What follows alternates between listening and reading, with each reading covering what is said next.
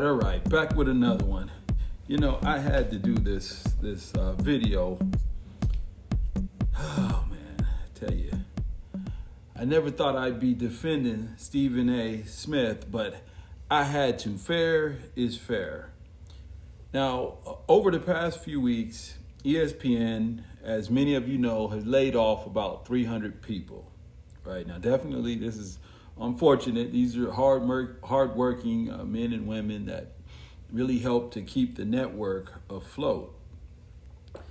Now, somebody took to Twitter and had the nerves to say these 300 were laid off because of the salary of Stephen A. Smith. Can you believe that?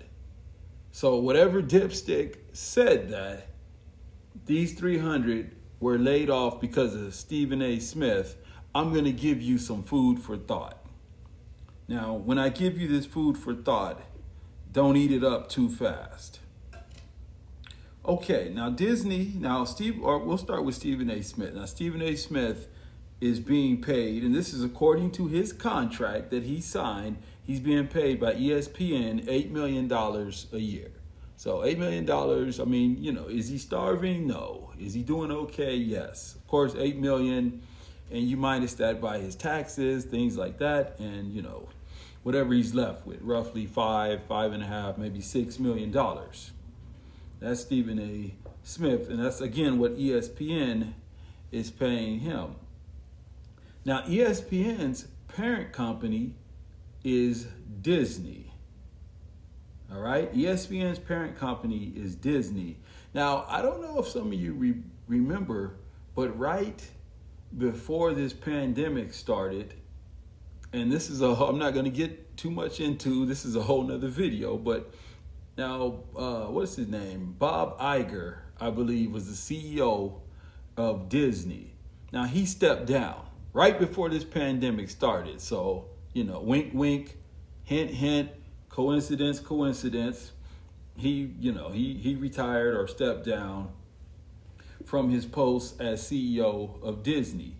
Now, he has a net worth of $690 million. His severance package from Disney was roughly, including stock options, things like that, was $67 million. Right? Now, right at the outset, or earlier this year, the executives at Disney, which again is the parent company of ESPN, they divvied up amongst themselves $1.5 billion. Now, what is happening here is so many people keep falling for what is called smoke and mirrors. See, smoke and mirrors is deception. It's intended to have you looking in another direction while something different is taking place. Come on, people, we gotta be smarter than that. We have to have more sense than that. We have to be able to look through the smoke and see the mirrors.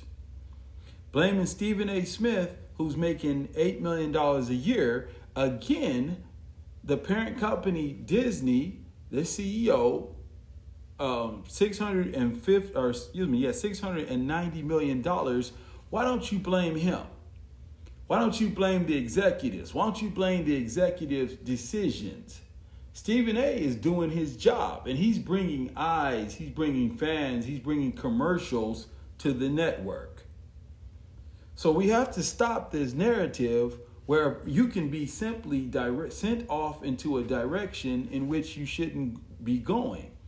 People need to learn to identify the true problem, the true source of the situation. This would not be an on-air personality in which Stephen A. Smith is. See, this is the same as when somebody uses up all of their money, they have a lot of bad habits, they're bad with their finances, and then they blame it on somebody. They blame it on people for getting food stamps, for using government assistance, things like this. Well, if people weren't using government assistance, then I wouldn't be broke. No, it's your fault that you're broke. See, it's your fault that you're broke. It's not because individuals are using public assistance, Medi-Cal, Medicare, or anything like this. So people need to start taking a look at themselves. See, like we talked about at the beginning, this smoke and mirrors, sometimes we're supplying the smoke for our own mirror. You ever thought about that? Are you supplying the smoke for your own mirror? You don't even know what you're looking at. So the problem here, again, like I said in one of the earlier videos, this is again a bottle problem. See, if you turn a bottle upside down and nothing comes out, it is near the top. It is in the neck. That's the issue. That's the issue that we have here. ESPN has a parent company, and it's Disney. Now, Disney, what is his name? Bob Iger. Now, he decided to forego his salary, right? He decided to forego his salary, but he didn't forego his stock option. So he accepted that. See, he's a smart man, of course. His stock option, once the stock raises, is going to be worth a lot more money. So did he really give up anything? What about the years when he's been on the job? Now, has he done a good job? I believe he took over in 2005. And at that time, their stock was trading for, I believe it was either $25. It was $25 or $55. I know that's a big difference, but it was one or the other. And and over the years, it's grown.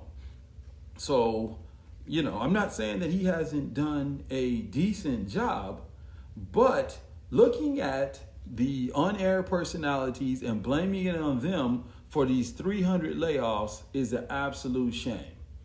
See, it's an absolute shame. That's like going outside on a hot summer day. It's about 98 degrees and you get a sunburn and then you blame it on the paint on the house. See, if the house hadn't been painted that color, I wouldn't be looking burned from the sun right now. See, it doesn't make no sense. That's like burning your food, cooking something on the stove. You burn the food. You have a gas stove, and then you blame the gas company because they supplied the gas in which you used to light the flame, and then you were irresponsible, and then you burned your little cup of, or your little pot of top ramen or whatever you were cooking. See, it doesn't make any sense at all. So whoever this individual was on Twitter, you might want to check your facts. You might want to check yourself before you wreck yourself, because you didn't do your homework, you didn't do your research, you don't know what you're talking about. So before we go ahead and wrap this up, let's remember, people, when a situation comes up, and we can use this in a number of different areas in life, start looking at the actual problem. Start looking at the actual problem. Don't let them just send you off on a wild goose chase and you blame wherever they point their finger, that's who you blame. See, that's smoke and mirrors, and you gotta be smart enough to not fall for it. You have to have enough sense. It's not often where a company, an executive, something like that, where they're gonna say, hey, it was my fault. Yeah, we did wrong. Our board of executives failed the people, and we're gonna have to let 300 people go. See, that's not going to happen. So you have to have enough sense to identify who the problem was. Stop falling for the smoke and mirrors. Stop falling for the sleight of hand. All right? Now think about that. Keep this in mind. So again, whoever that was posted that on Twitter, you're a dipstick, and that's all I got to say. Signing off.